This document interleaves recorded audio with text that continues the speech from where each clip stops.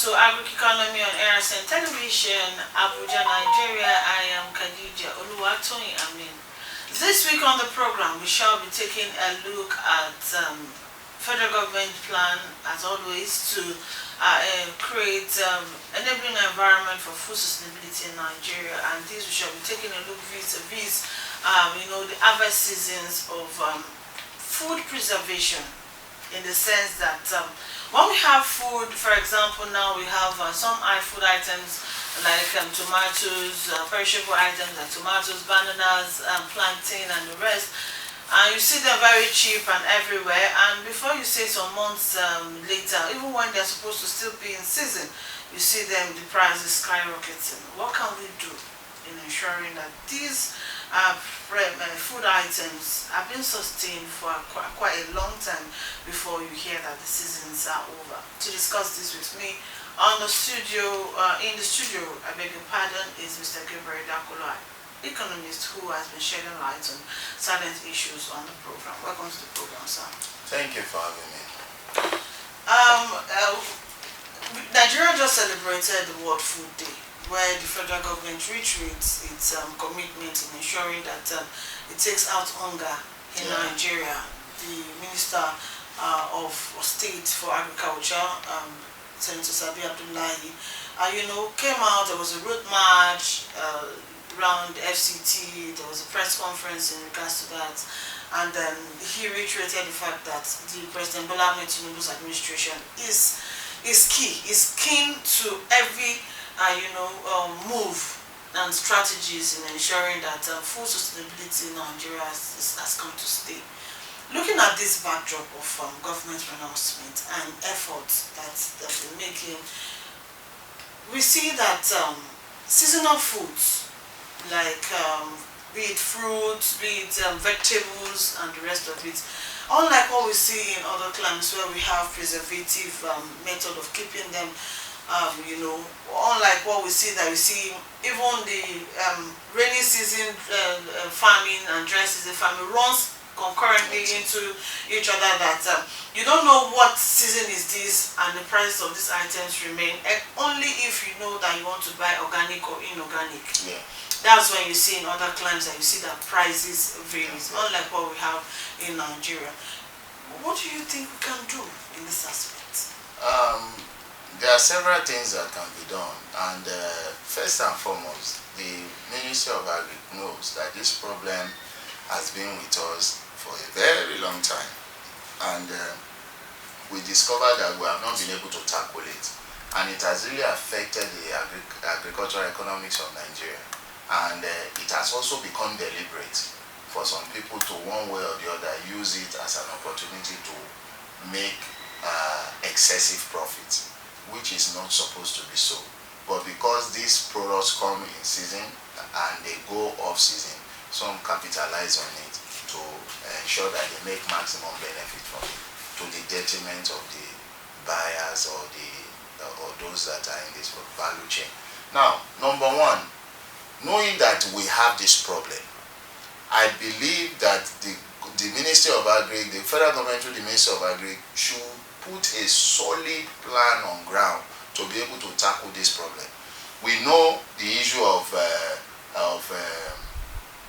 seasonal crops, for example, the way we practice it in Nigeria, and we know that most of them that are perishable crops, we are not able to add value to them on time, and farmers at the end of the day lose a larger percentage of these crops because of the inability to get it to the market, or for it to be purchased, or the off-takers taking it. Now, the first thing that we need to do is to practice year-long farming in Nigeria. Yes, we have two seasons in Nigeria, dry season and the rainy season for farming practice. But we have the opportunity to be able to practice year-long farming if we put infrastructures in place. Now, what happens? What do we need during dry season? We need water. How can we get water? We know rain is not going to fall. That's why it is called dry season. What is the irrigation capacity of Nigeria, irrigation capacity all around Nigeria now?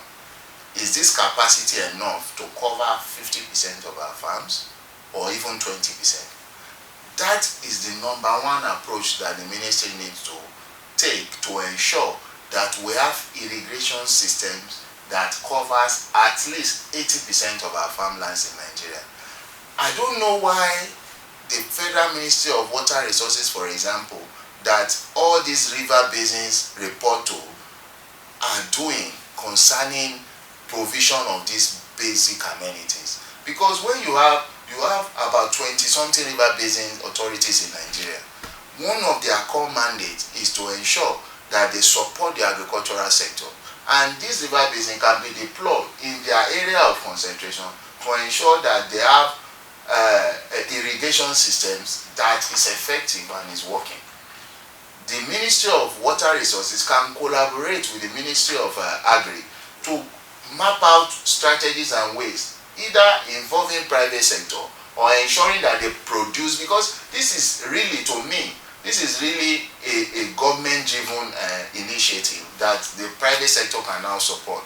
Yes, we are not saying that the government must provide all the amenities, but when we bring the private sector into the know, because the people that are practicing farming are private sector, but you need to create an enabling environment to be able to support them. So through these river basin authorities, by the instruction of the Ministry of Water Resources, they can partner with the various local governments and agrarian areas, and with the input of the private sector in these areas, to ensure that we have irrigation system that is covering the whole farming sector in that place.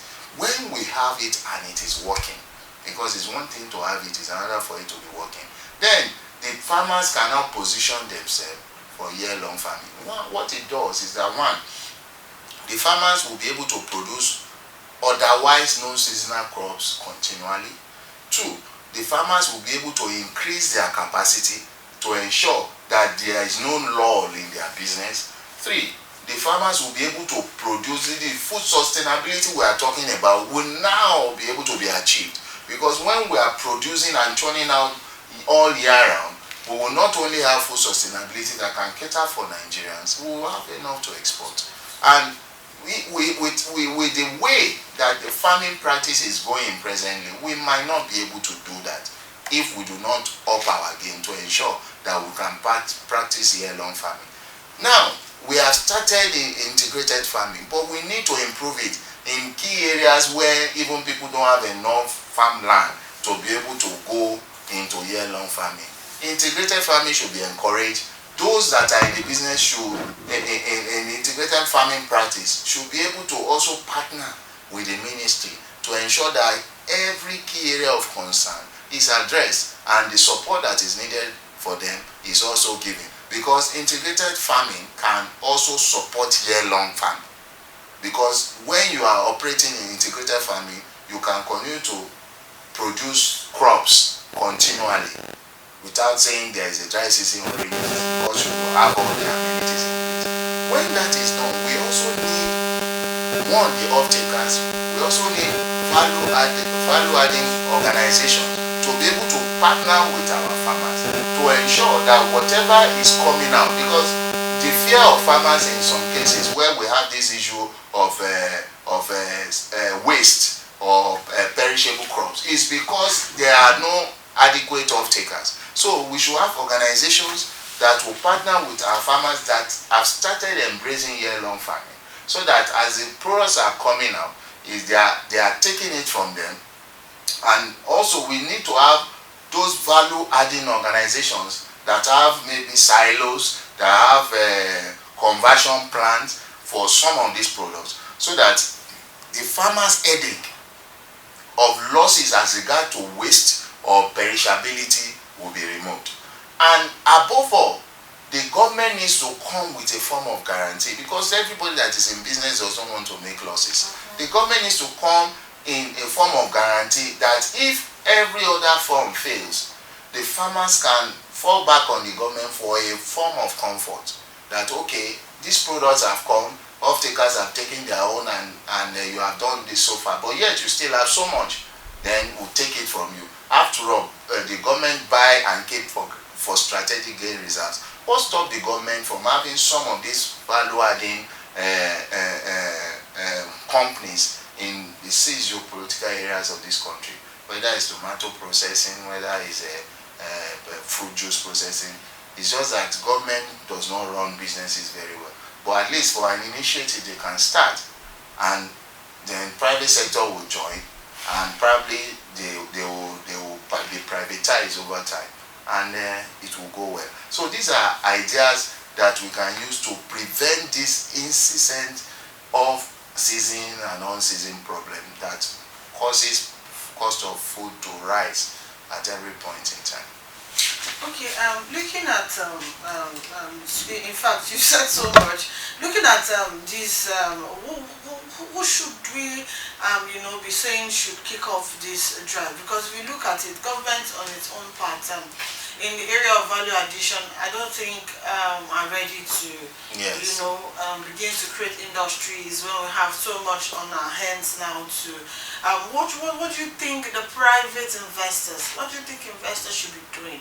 I know that the federal government had, like 2 months back, met with the oil producers, for example, countries of Indonesia and Malaysia, where the Minister of State for Agriculture, referred back to where they used to come here for palm, for palm seedlings, and then that Nigeria, the palm they have is majorly from Nigeria, and now Nigeria is going to be falling back on them and the rest of it.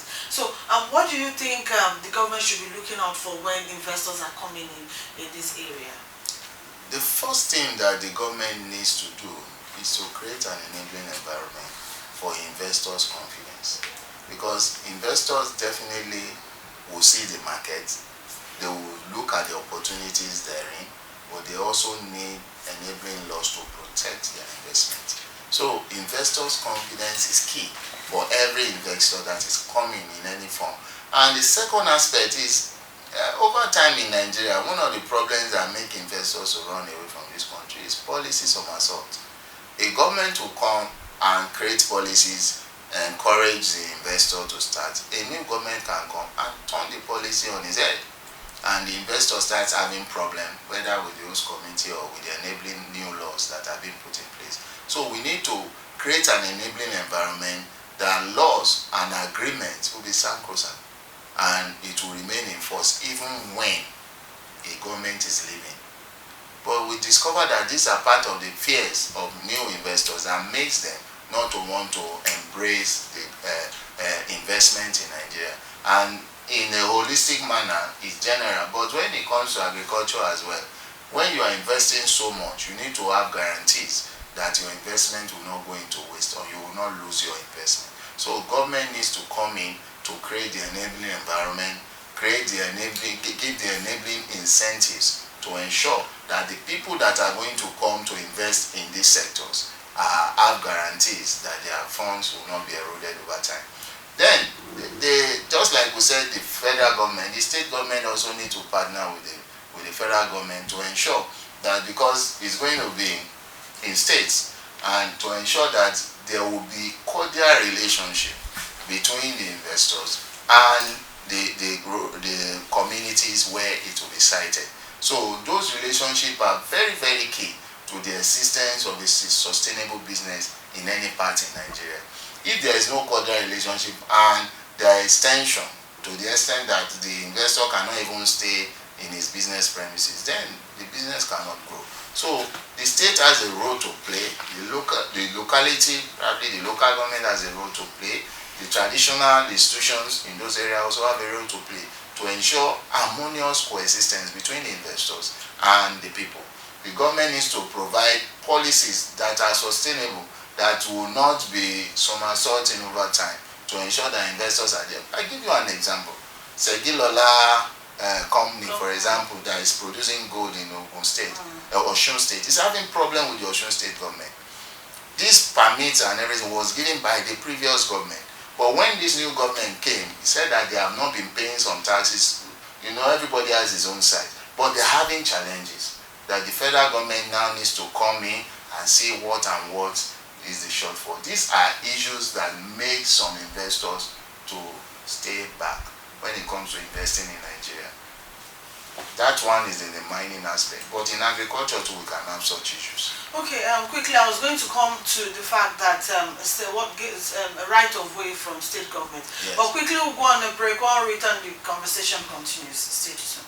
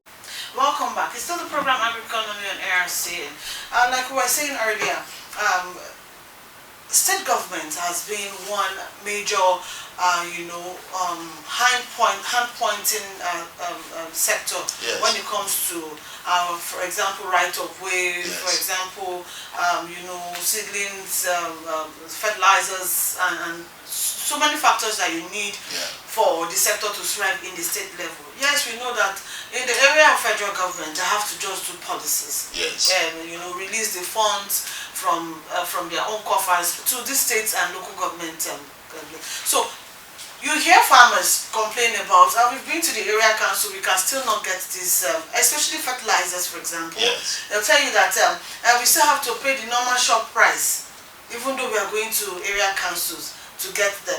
And they'll tell you that those people that submitted names, they've elapsed the amount of people that... Sometimes some farmers do not even have land. You may be an indigene of a place, but then you have no land of your own to farm, and then you're a farmer. And then sometimes you want to do this thing wholeheartedly, but you don't have to get in the right of way for even farming. It's quite difficult. What do you think state government should do? Because if you look at it, IGR is supposed to be generated from, and the most easiest, if you ask me, way of getting IGR should be from agriculture. Yes. So if you are not even creating an enabling environment as given to you from the federal level, in the state level, not to talk of the local government level, then what are we talking about? Yes, we have a challenge in that area because most states have lackadaisical attitude to IGR in Nigeria, and you discover that apart from some few states, most others are just enjoying a free ride because the federal subvention to them is enough for them to embezzle, sorry to say. But when we have a situation where the state needs to champion these things, the federal government needs to do their job.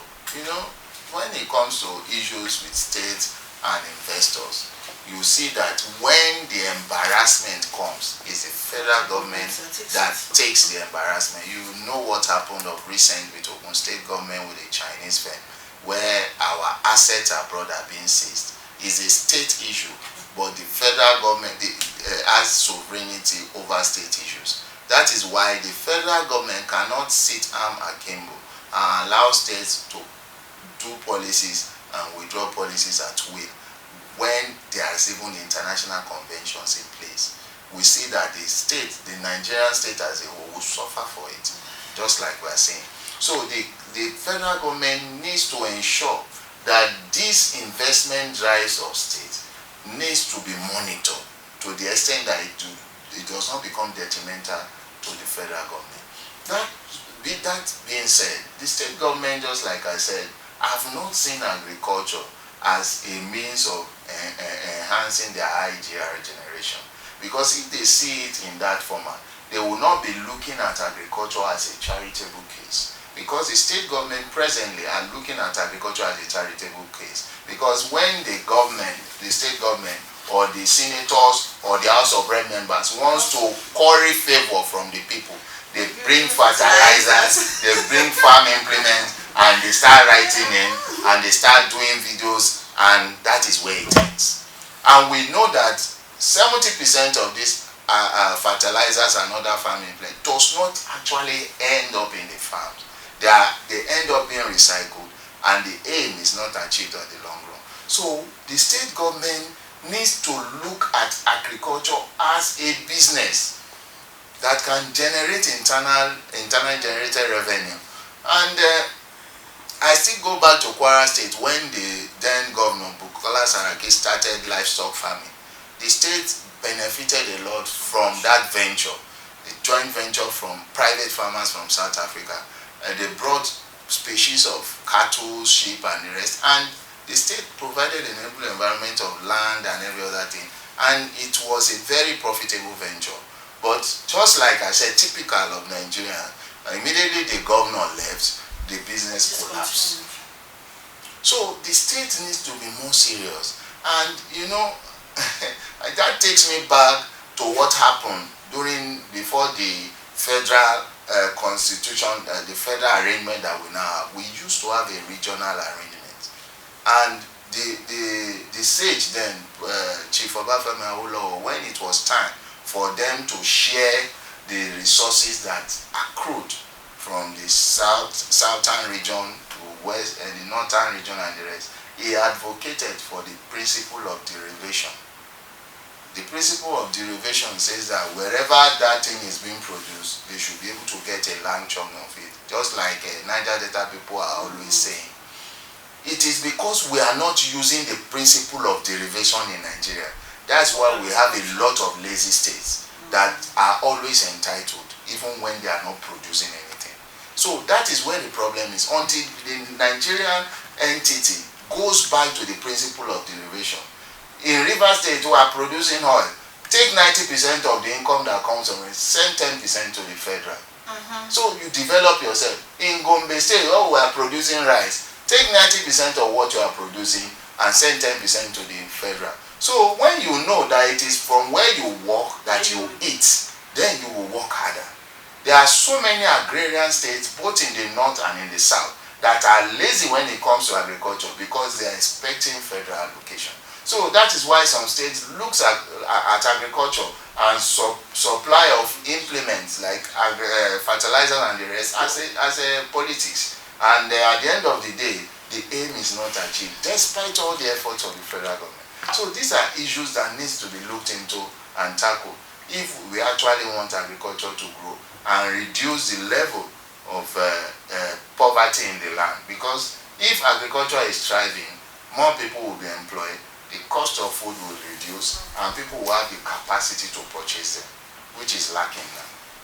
Yes, in fact, I really agree with you on the area of now where man they work and I did the job. If every government governments can key into the derivation. In fact, the way you explained it gave it a very seamless way for everybody to. It's a win-win thing from the investors down to state government and federal government. I hope that the government at all levels are listening to us and going to do justice to that. Thank you so much for coming on the program, sir, once again. Thank you for having me. Yes, that's it. On that note, to wrap it up this week, don't forget to like our page on YouTube. It's ARSN Television and Radio. Click on Agric Economy and see so many interesting and educating episodes of the program. From here, we're going to be telling you bye for now.